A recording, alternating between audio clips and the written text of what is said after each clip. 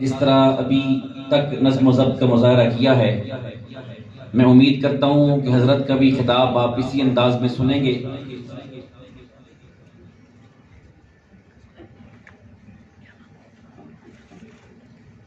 حضرت کے خطاب سے قبل انشاءاللہ بریلوی مکتبہ فکر کے ہمارے عالم دین ہیں، پروفیسر شکیل صاحب وہ تشریف لائیں گے، وہ اپنے خیالات کا اظہار فرمائیں گے۔ میں عرض کر رہا تھا کہ جس طرح بھی تھوڑی دیر پہلے ایک نعروں کا مقابلہ ہوا ہے، اس مقابلے کی صورت آپ نے نہیں بنانی، آپ سمجھدار لوگ ہیں۔ احتجاجی مظاہرے میں، جلوس میں، جلسے میں، سیمینار میں فرق ہوتا ہے، ہر چیز کا ایک اپنا اپنا انداز ہے۔ تو ابھی آپ حضرات نے پورے نظم و ضبط کے ساتھ گفتگو کو سننا ہے۔ ابھی حضرت تشریف لائیں گے، اس کے بعد انشاءاللہ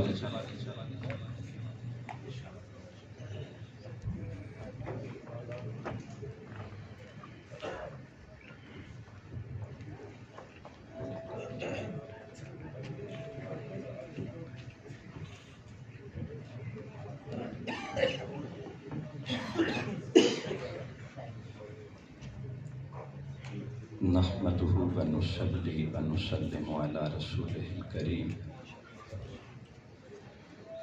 اما بعد، اعوذ بالله من الشیطان الرجیم، بسم اللہ الرحمن الرحیم۔ قال اللہ تبارک وتعالی فی کلامہ المجید والفرقان الحمید، محمد رسول اللہ والذین معه اشداء علی الکفار رحماء بینہم تراہم رکعا سجدا یبتغون فضلا من اللہ ورضوانا۔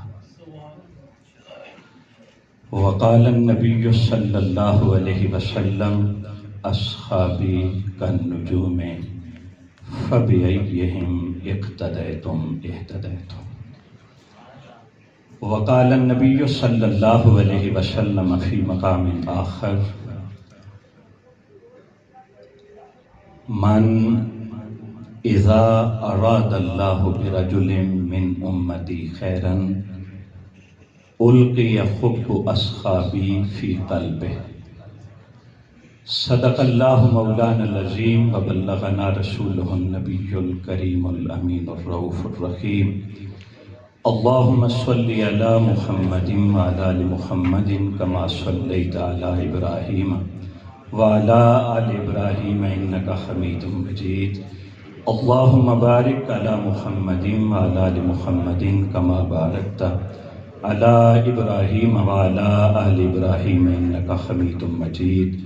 الصلاۃ والسلام علیک یا سیدی یا رسول اللہ وعلی آلک واصحابک یا سیدی یا حبیب اللہ۔ الصلاۃ والسلام علیک یا سیدی یا رحمت للعالمین وعلی آلک واصحابک یا سیدی یا شفیع المذنبین۔ صدیق عکس حسن و جمال محمد است صلی اللہ علیہ وسلم۔ صدیق عکس حسن و جمال محمد است، فاروق ظل جاہ و جلال محمد است۔ عثمان ضیاء شمع کمال محمد است، حیدر بہار باغ خصال محمد است۔ اسلام ما اطاعت خلفاء راشدین، اسلام ما اطاعت خلفاء راشدین، ایمان ما حب آل محمد است، ایمان ما حب آل محمد است۔ اور نبوت کا غمخوار صدیق اکبر، نبوت کا غمخوار صدیق اکبر،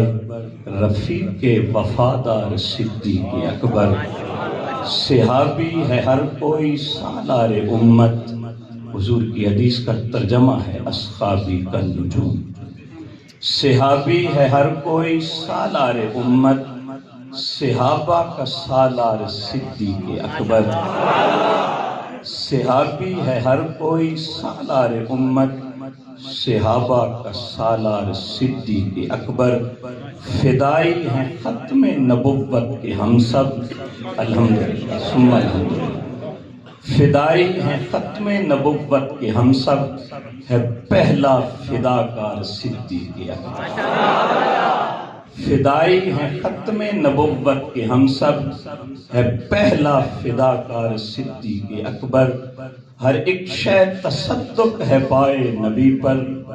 ہر ایک شے تصدق ہے پائے نبی پر، ہے تاریخ ایثار صدیق اکبر۔ اللہ رب العالمین کی حمد و ثنا حضور نبی کریم رؤوف الرحیم صلی اللہ علیہ وسلم کی بارگاہ عالیہ میں ہدیہ درود و سلام اور بارگاہ صحابہ کرام رضوان اللہ تعالی علیہم اجمعین میں ہدیہ منقبت پیش کرنے کے بعد عزت و تکریم کے لائق اسٹیج پہ موجود جملہ معزز محتشم مکرم علماء کرام اور حاضرین سامعین، مجھے آج اس شرکت پہ بڑی خوشی ہے، بڑی مسرت ہے، اور میں چونکہ تکلف کا مزاج بھی نہیں رکھتا، آپ سے یہ باقاعدہ پہلی ملاقات ہے، دوستوں سے ملاقات ہوتی رہتی ہے، میں اپنے لیے خوش نصیبی سمجھتا ہوں کہ صحابہ کرام رضوان اللہ تعالی علیہم اجمعین کی ناموس کی پاسبانی کے لیے جو قدم اٹھ رہے ہیں، ان کی گرد راہ میں کہیں میرا بھی کوئی نام ہے، اسی گرد راہ کے تصدق سے رب العالمین کامیابی عطا فرمائے۔ زندگی کا مقصد اگر یہ بن جائے کہ ہم نے اپنے کریم نبی صلی اللہ علیہ وسلم کی ناموس کی حفاظت اپنی جان کی قربانی دے کے بھی کرنی ہے، اور زندگی کا زاویہ نظر اگر یہ بن جائے کہ صحابہ کرام رضوان اللہ تعالی علیہم اجمعین یا آل بیت اطہار رضوان اللہ تعالی علیہم اجمعین، ان کی شانوں کو ہم نے اپنے سروں کو قربان کر کے بھی سلامت رکھنا ہے، اس جیسی نہ کوئی زندگی ہے، اس جیسا نہ کوئی زاویہ نظر ہے، اور اس جیسا نہ کوئی مزاج اور فلسفہ دنیا میں موجود ہے۔ میں خراج تحسین پیش کروں گا جمعیت کے اور سپاہ کے ان تمام معزز لیڈران اور رہنماؤں کو بھی اور کارکنان کو بھی جو صدق کے دل سے اخلاص اور للہیت کے ساتھ، یہ بنیاد ہے، یہ اسلام کی بنیاد ہے، صدق، للہیت، حسن نیت اور اخلاص کے ساتھ اپنا ہر قدم صرف اس لیے اٹھاتے ہیں کہ ہم اپنے کریم نبی صلی اللہ علیہ وسلم کی ناموس کی حفاظت کے لیے اپنی ادنا سی کوشش کریں گے، ہم صحابہ کرام رضوان اللہ تعالی علیہم اجمعین کی ناموس کی حفاظت کے لیے اپنی ادنا سی کاوش کریں گے تو رب العالمین ہمیں بھی مقبولان بارگاہ میں شامل فرما لے۔ دوستو، بڑا عجیب انٹرنیشنل سناریو ہے اور عجیب منظر ہے اس وقت دنیا میں کہ پورا عالم کفر عالم اسلام کے خلاف متحد ہے، اور وہ ہر مسلمان کو ایک ہی زاویہ نظر سے دیکھتا ہے، لیکن ہم فرقوں میں بٹتے جا رہے ہیں، ہم دھڑے بندیوں کا شکار ہیں، ہم گروپوں کا شکار ہیں۔ پتہ نہیں یہ عقل ہمیں کب آئے گی کہ ہم عالم کفر کے نزدیک تو سارے مسلمان ہیں، لیکن آپس میں جو سچویشن بنی ہوئی ہے، مجھ سے زیادہ آپ دوست اس سے آگاہ ہیں۔ یہاں یہ پیغام کا جملہ دینا چاہوں گا، اپنا جملہ بولنے سے پہلے، اپنا قدم اٹھانے سے پہلے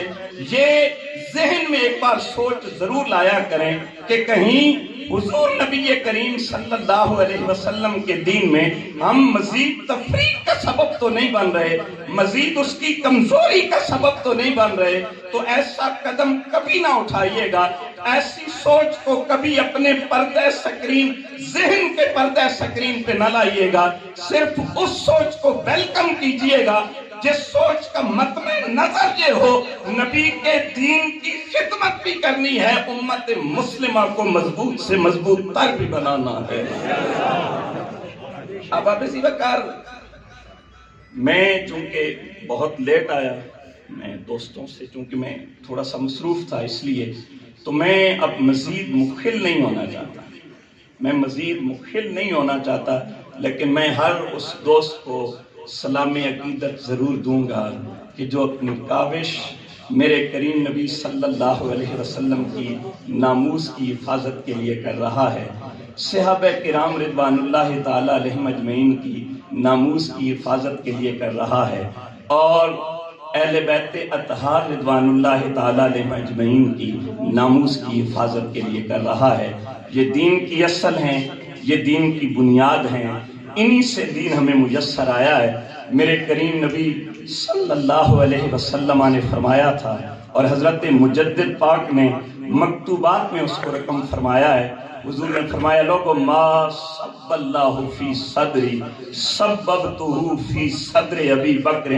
اللہ رب العالمین نے مجھ محمد کریم صلی اللہ علیہ وسلم کے سینے میں جو کچھ ڈالا ہے، میں نے وہ سارا کچھ اپنے ابو بکر کے سینے میں ڈال دیا۔ میرے کریم نبی صلی اللہ علیہ وسلم نے ارشاد فرمایا ما لأحد عندنا ید الا وقد کافاناہ ما خلا ابا بکر فإن له عندنا یدا یکافئہ اللہ بہا یوم القیامہ وما نفعنی مال احد قط ما نفعنی مال ابی بکر ولو كنت متخذا خلیلا لاتخذت ابا بکر خلیلا الا وان صاحبکم خلیل اللہ۔ میرے کریم نبی صلی اللہ علیہ وسلم نے فرمایا لوگو دین کی خدمت کے سلسلے میں میرے جس غلام نے، میرے جس صحابی نے، میرے جس پیروکار نے، میرے جس ماننے والے نے، میرے جس چاہنے والے نے جو خدمت دینیا سر انجام دی ہے، میں نے تمام کی خدمات دینیا کا بدلہ چکا دیا ہے۔ ہاں ایک ذات ایسی ہے، میں توجہ چاہوں گا، ایک ذات ایسی ہے جن کی خدمات دینیا کا بدلہ رب العالمین خود قیامت کو ادا فرمائیں گے۔ آپ ذرا سوچ کے زاویے کو متوجہ تو کریں نا اس ذات کی طرف جس کو میرے کریم نبی نے اتنا بڑا اعزاز عطا فرمایا ہے۔ وہ ذات کوئی اور ذات نہیں، وہ ذات صدیق اکبر کی ذات ہے۔ اور میرے کریم نبی نے فرمایا لوگوں مجھے کسی کے مال نے اتنا نفع نہیں دیا۔ حضور نے بخاری کی روایت ہے، میرے کریم نبی صلی اللہ علیہ وسلم نے حضرت صدیق اکبر سے پوچھا تھا ما ابقیت لأہلک یا ابا بکر، ابو بکر بتاؤ گھر والوں کے لیے کیا چھوڑا ہے؟ میں اور آپ آج یہ ہماری سعادت ہے اور یہ اس کی بندہ پروری ہے، یہ اس کا کرم اور توفیق ہے۔ کہنے والے نے کہا تھا این سعادت بزور بازو نیس تا نہ بخشد خدائے بخشندہ را، یہ طاقت سے چیزیں حاصل نہیں ہوتی، یہ اس کا کرم ہوتا ہے، وہ جس کو عطا فرما دیتا ہے۔ میں بات یہ عرض کر رہا ہوں، میرے کریم نبی صلی اللہ علیہ وسلم نے فرمایا لوگوں مجھے کسی کے مال نے اتنا نفع نہیں دیا جتنا نفع مجھے ابو بکر صدیق کے مال نے دیا ہے۔ فرمایا لوگوں